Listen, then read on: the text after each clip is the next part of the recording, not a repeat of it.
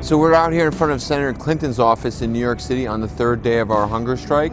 We're trying to draw attention to the murder of U.S. journalist Brad Will, who was also a friend of ours. He was a New York-based journalist who went to Oaxaca, Mexico to cover the teacher strike and the social movement that was springing up around it. And he was murdered on camera in broad daylight by government officials in Mexico.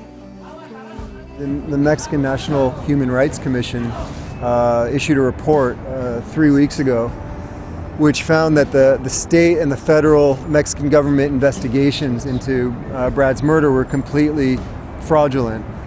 They used the term that it was a human rights violation itself, these investigations.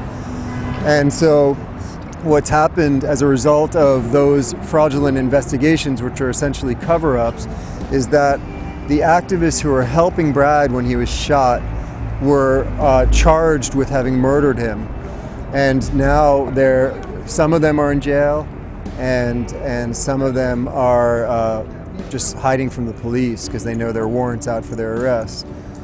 So we're here with no food or water since Tuesday because Senator Clinton should speak out about that. That's something that Senator Clinton, as our public representative in the state where Brad Will was a journalist, should speak out about. And she should also speak out about the fact that there are activists like us who are being targeted by the police that our tax money is giving weapons to, our tax money is giving training to. This is a picture of one of the people who was shooting at Brad and other reporters on that very day in broad daylight. There's numerous pictures. These guys are not in jail. Instead, the activists who are helping Brad are in jail right now, and we demand their release.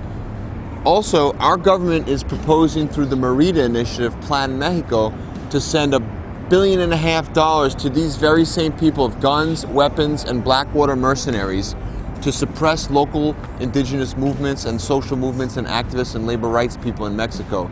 So we're also saying to Senator Clinton and all of our elected officials, and whoever's listening to this should contact their Congress member, should contact their senator and say no to Plan Mexico. We don't want to send our tax money to a corrupt and brutal military and police force that is killing American journalists in broad daylight, besides all the other people in Oaxaca, Chiapas, and Atenco.